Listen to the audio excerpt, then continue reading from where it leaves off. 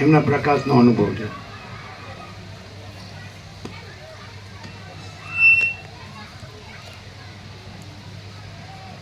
આમ આમ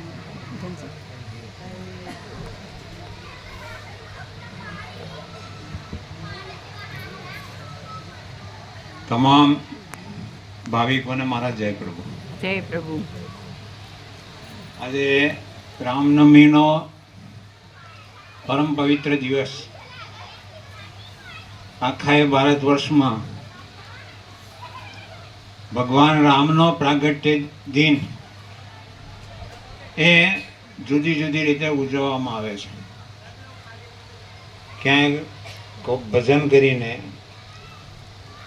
કોઈ ગરબાના તાલે, ડીજેના તાલે નાચીને કૂદીને પોતાની અંદર રહેલો પ્રેમ પ્રગટ કરે છે.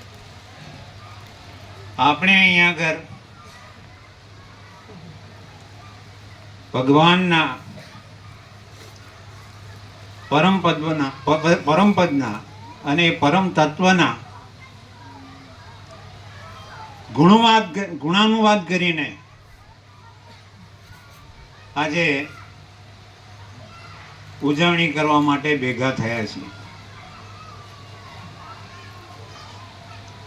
સ્વામીજી ભગવાનનું સ્વરૂપ તો આપણને રોજ સમજાવે છે. ભગવાન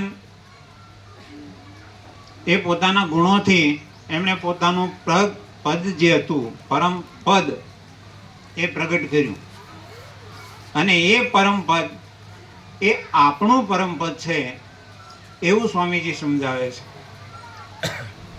કે તું પણ ભગવાન જ છે. ભગવાન કરતા તારામાં કઈ ઓછું નથી, પણ તું તારા સ્વરૂપને ભૂલીને હું મારું કરીને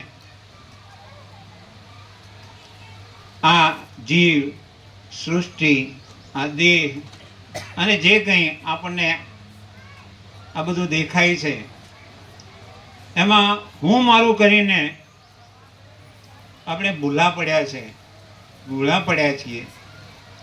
તો એમાંથી બહાર લાવવા માટે સ્વામીજી આપણને તત્વબોધ સંભળાવે છે. આપણે સ્વપ્નને સાચું માન્યું છે. આ બધું સ્વપ્ન છે. પેલું જેમ આપણે ઊંઘી જઈએ અને સ્વપ્ન આવે એ કંઈ સાચું હોતું નથી. એમાં એક જાગૃત સ્વપ્ન જ છે. આપણો પ્રાગટ્ય થયું, આપણું નિર્વાણ થાય, મોત થાય, આપણે મરી જઈએ ત્યાં સુધીનું આ એક સ્વપ્ન છે. અને સ્વપ્ન આપણે સાચું માન્યું છે. સાચું કેવી રીતે? અજ્ઞાનને લીધે માન્યું છે. સાચું નથી, એમાં કંઈ સુખ નથી. ખોટું હોય, જૂઠું હોય, અજ્ઞાન હોય, એમાં કદાપી સુખ હોય જ નહીં. આપણને પેલા એક ભિખારીના ખેદ વાળું થયું છે. એક ભિખારી હતો, ભીખ માગીને પોતાનું ગુજરાન ચલાવતો હતો. એનું પણ જીવન હતું. એક દિવસે એ બાજુના નગરની અંદર ભીખ માંગવા ગયો. ત્યાં આગળ એણે ભોજનની માગણી કરી. એક ગ્રહસ્થે એના ઘેર જે કંઈ ભોજન હતું એ દિવસે સંજોગોવશાત કંઈક સારો દિવસ હશે એટલે ક્યાંકથી એના ઘેર ટિફિન આવેલું, એમાં થોડી મીઠાઈ ને બધું સારા પકવાન જેવું હતું, એ વધ્યું હતું.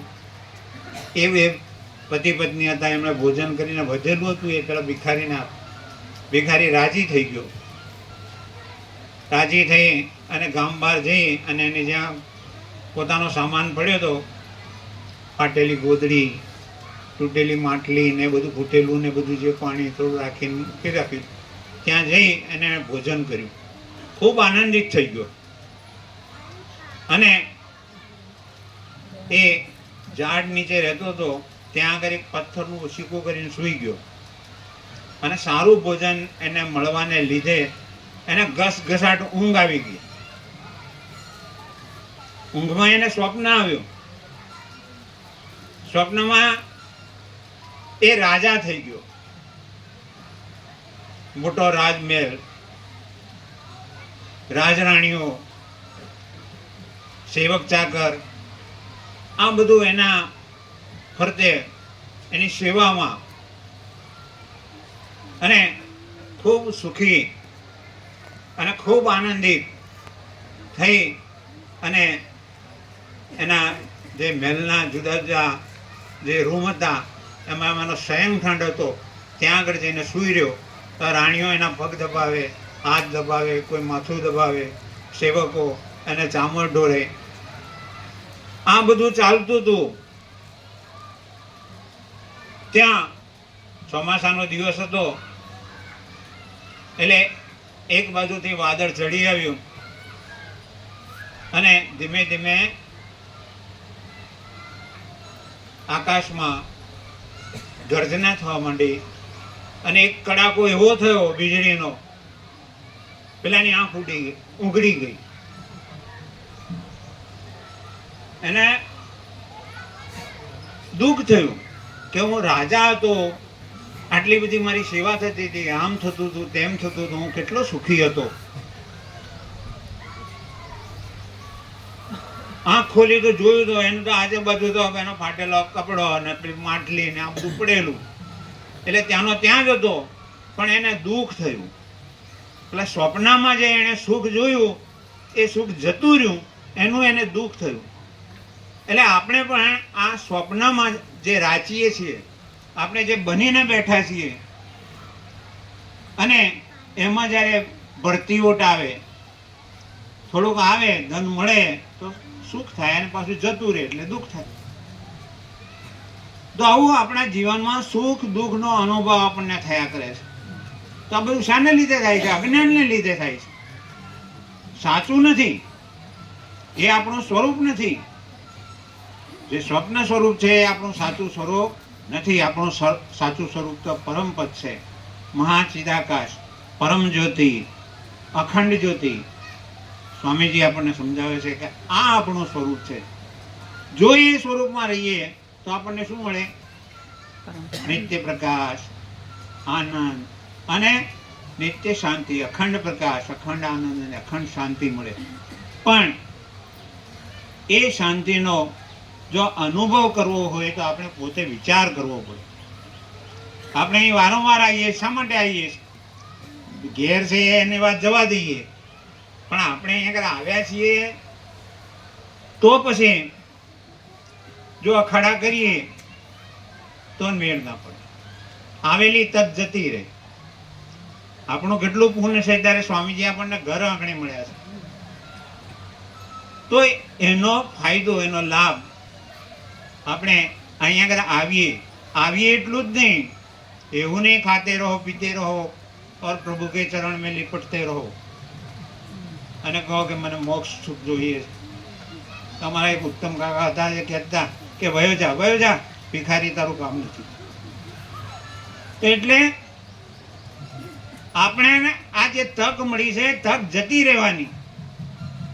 એ જતી ના રહે માટે આપણે વિચાર કરવાનો કે હું કોણ છું, ક્યાંથી થયો, શું સ્વરૂપ છે મારું ખરું, કોના સંબંધે વર્ગણા રાખવું કે પ્રિય. અને સાચું સ્વરૂપ તો તારું કયું છે? શુદ્ધ બુદ્ધ ચૈતન્ય ઘન સ્વયં જ્યોતિ સુખદા. બીજું કહીએ કેટલું કર વિચાર તો પામ.